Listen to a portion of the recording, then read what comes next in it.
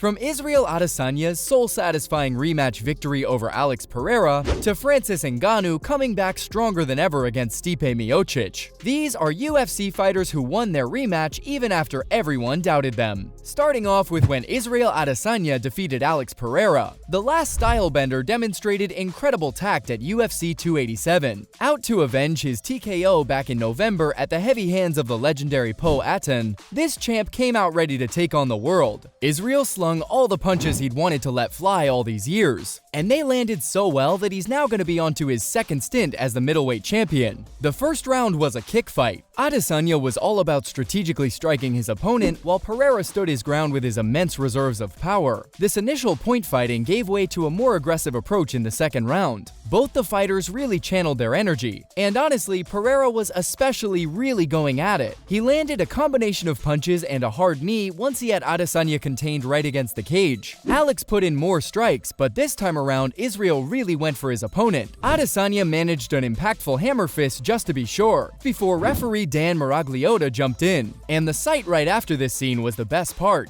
It was Adesanya standing tall above his longtime rival. He even did a couple of shoot arrow demonstrations to kind of mimic Pereira's classic walkout move. And right after a bit of celebratory breakdancing, Adesanya's waist was wrapped with the UFC middleweight title. However, this wasn't the only bout that turned heads. Remember when Conor McGregor dominated Nate Diaz? So at UFC 196, these two were all set to battle it out. And incredibly, Diaz succeeded in submitting McGregor just as round 2 was about to come to an end. Now, starting out, Conor began with fast hands. He even managed to open a cut on his opponent's face, which led to a lot of bleeding too. The first round really had the Irishman looking like the stronger of the two. But then, in round 2, Diaz, unfazed by the blood, landed his signature 1-2 combination. And its right cross struck McGregor's chin and he kinda went lights out for a moment. And that's when it all went downhill for Conor and Nate bested him. But McGregor climbed that hill right back up. At UFC 202 at their rematch, he began with a bit steadier pace, and the two went the full 5 rounds. And just like before, the Notorious drew some Diaz blood in the first 2 rounds, and knocked him down a bunch of times before securing a knockout. And through all the kicks and jabs that were thrown about, McGregor outlasted Diaz, winning the fight by majority decision. What made it even more remarkable was that it was Conor's first UFC career loss, and he went right back and came out of it champion again.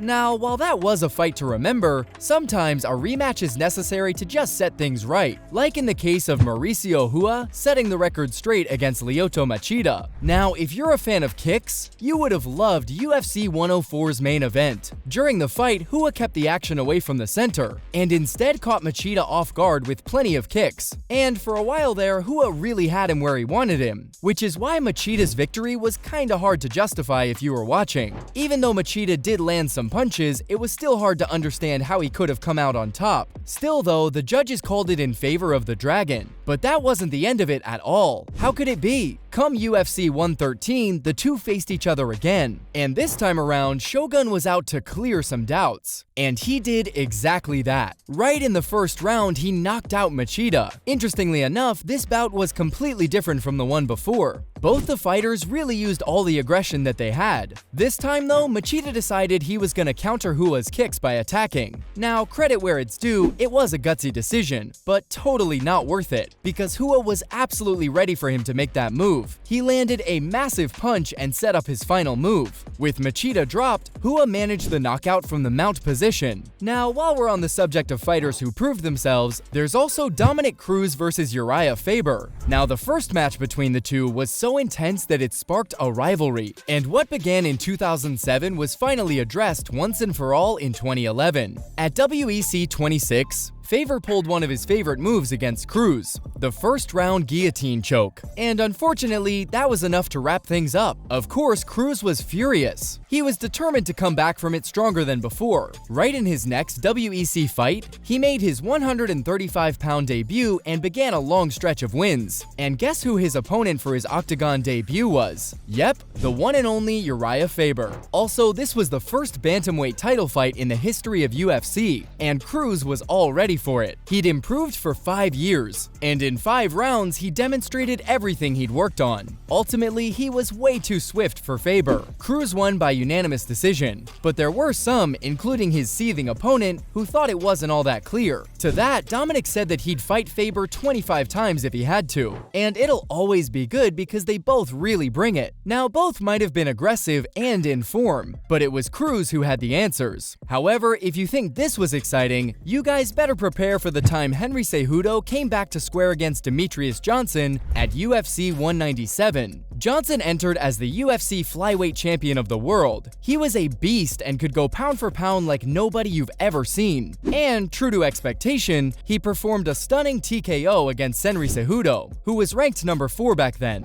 Cejudo took center stage, and Johnson kept looking at him as if to encourage him to keep going at it. But even though Cejudo managed a takedown with 3 minutes and 30 seconds still remaining in the first round, Johnson knew how to shake it off, and he was back on his feet pretty quick. He then landed some knees that caught Cejudo's attention. The two continued in a clinch, but in the end, Cejudo wobbled for a second, and Johnson took the opportunity and laid him out on the canvas. At UFC 227, though, the two got together again, but this time, the energy was entirely different. Cejudo went at it with all his might, and he claimed victory over one of the most dominant players in UFC history. In fact, Cejudo gave him his first loss in almost 7 years. Later, he said that defeating the myth and the legend felt great. And also, Cejudo handed Johnson the loss after he'd set a UFC record with 11 straight title defenses. Whoa, that's got to hurt. Speaking of, BJ Penn could certainly cause some. At UFC 43, something remarkable happened. Penn defeated Matt Hughes with a rear naked choke. You have to remember, Matt was stronger and bigger than him. It was so unbelievable that fans immediately began calling Penn the best pound-to-pound fighter in the world. At UFC 63, they had a rematch. Penn went into it with an air of confidence, and even though he managed to remain active and do some considerable damage in the first 2 rounds, the longer it went on, the chances began favoring Hughes. Penn was exhausted by the 3rd round and had separated a rib. Then Hughes took his chance and pinned down his opponent. When the referee pulled him off of Penn, he pointed to Dana White and said, "I told you so." The win gave him great status in the UFC.